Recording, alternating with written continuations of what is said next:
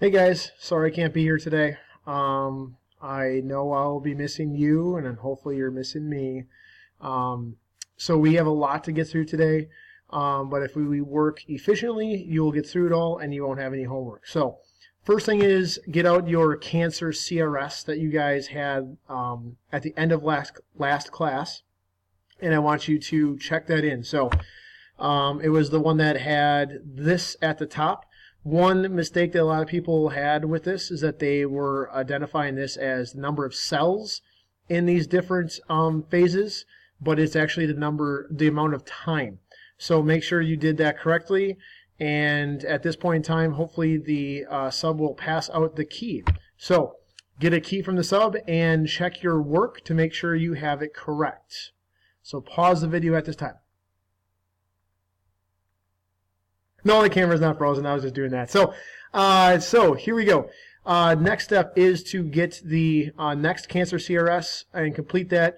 Once you have it, I want you guys to take 5 minutes, 6 minutes to complete. And once you have completed it, I want you to check it over. Once everyone is done, make sure everyone has the appropriate amount of time to complete it. I want you to check with your row partner. So when you're done with it, please check with your row partner. So pause the video. Now that you've completed it and you've checked with your row partner, make sure you get a key and check it over to make sure you have all the correct answers. If you guys have any questions on either the last cancer CRS or this CRS, we can go over it on, what is today? Today's Tuesday, tomorrow's Wednesday, on Friday. On Friday we can go over, so if you have any questions, outstanding questions, we can go over at that point in time. So get a key and check that second CRS with your row partner and with the key. Now, you need to have this handed out to you. This is the note sheet. Take the note sheet. There are two sides to it. One side, the first side looks like this. I need you to take this sheet and fill in the learning targets for today. So here are the learning targets. Fill them in on your sheet, and then we will move on. So pause the video and fill these in.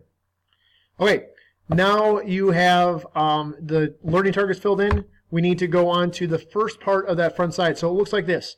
You're going to read the complete story about your individual and fill out the family history. So what we're looking for here is the diagnosis of cancer. We want to look at what is the family history for this person, when were they diagnosed with cancer, and then the type of cancer that they have. So you are going to need the sheet, the note sheet they're handed out, and, hold on, let me over here in my magic bag of tricks, and you are going to need an envelope that looks like this. Okay, so it's got someone's name on it. This one is Sharon Washington. Sharon Washington has a backstory on the front envelope, and then if you open it up, there should be 3 to 4 slips in there that look like this. So you need to read the whole story of your person.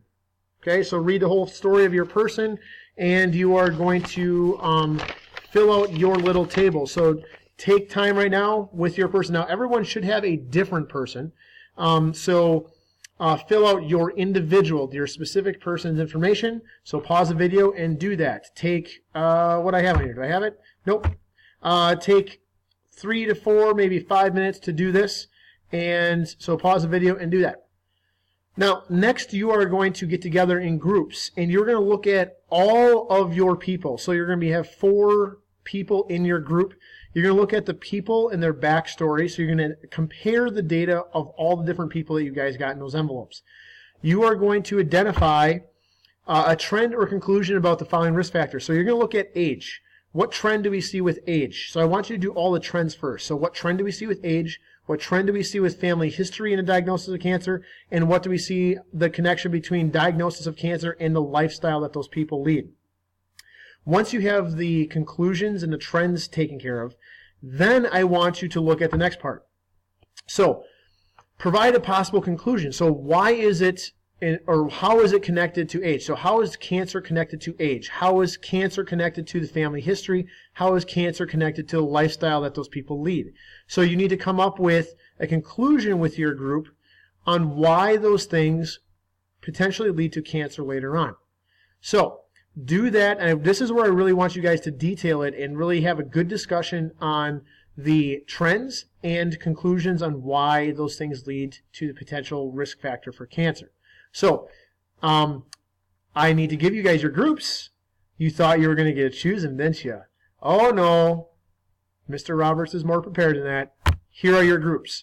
So please find your lab station and get together with your other group members so that you can discuss that first part. Now, I have it on there that you guys have, I think it's like 7 or 8 minutes to discuss this really thoroughly. If you need more time, take a little bit more time, but I really want you to discuss this. So get to your groups, or get to your lab stations with your group and start discussing. Pause the video. So I just want you to take a minute to reflect on what you guys decided as a group. You should be doing this individually now, so you should be back in your seats. So what risk factors did you observe? What are some of the more significant ones? You identified those 3 trends. How are they connected to the causation of cancer? How did age impact the risk of cancer? So we can self-assess right now, like what does that actually mean? So by being older or younger, what does that mean for risk of cancer? How do age and family history differ in the causation of cancer? So this is a little bit tricky. What I'm trying to get you to think about is if they have a family history of cancer, does age play a role more significantly, or is it specifically age as you get older, does that affect the occurrence of cancer? So just think about those things as you're going through this. What do risky life choices, how does that affect the risk for cancer? So those are the things that I want you to do, just self-reflect. So pause and just think about that right now before you move on. Okay, so now I need you to go to the back side of your note sheet. On the other side, there should be a diagram that starts off like this. There's really nothing to fill in on the actual diagram itself. There's only one thing that I want you to write. So we know that this is just our normal cell division or cell cycle. We know that as it goes through, it has these checkpoints.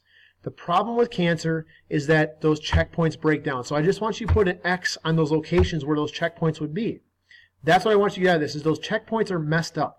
So instead of having this proper division, all of a sudden they're dividing out of control. And sooner or later they're dividing out of control. They aren't even going through interphase properly. And we remember that interphase is where it grows and develops. Well, all of a sudden you start getting these cells that aren't fully developed. And you end up getting more and more of them.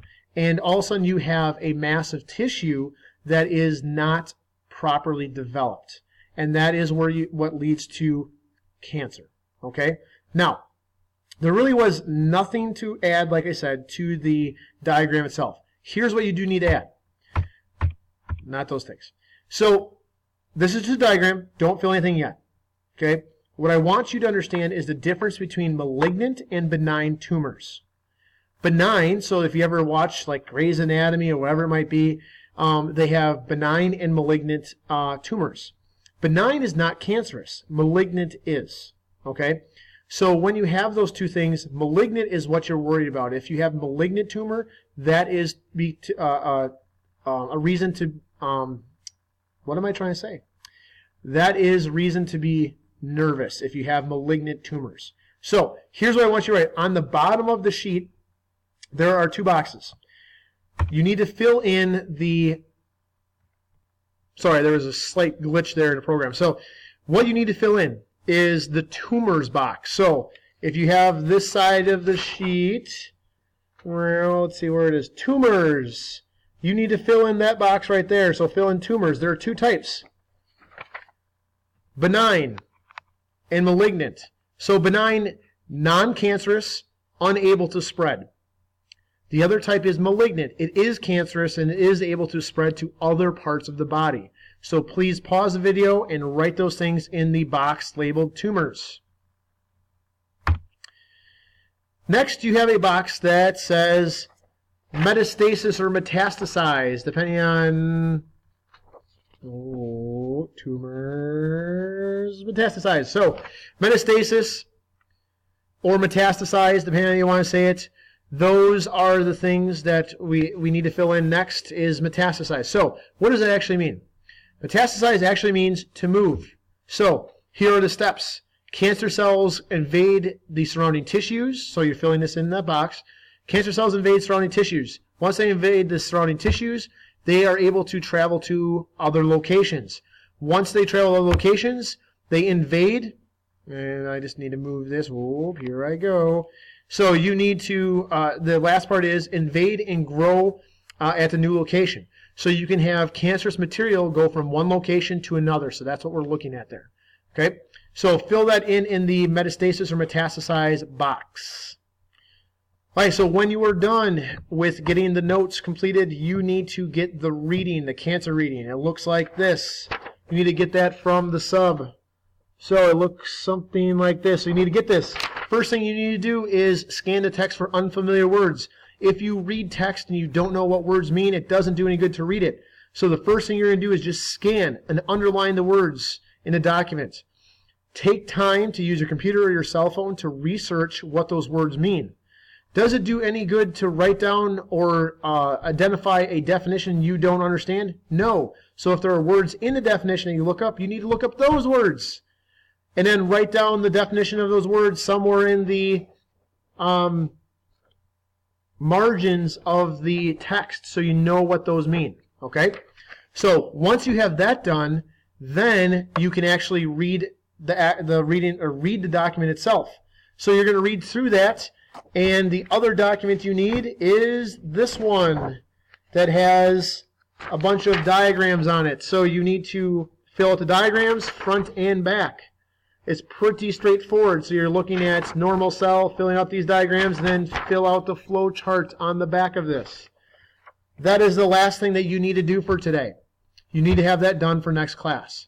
So, I forgot that I had these in here. So, before reading, just do a visual analysis of the sheet that you have, what you need to do, and then you are going to actually read it and then complete the visuals.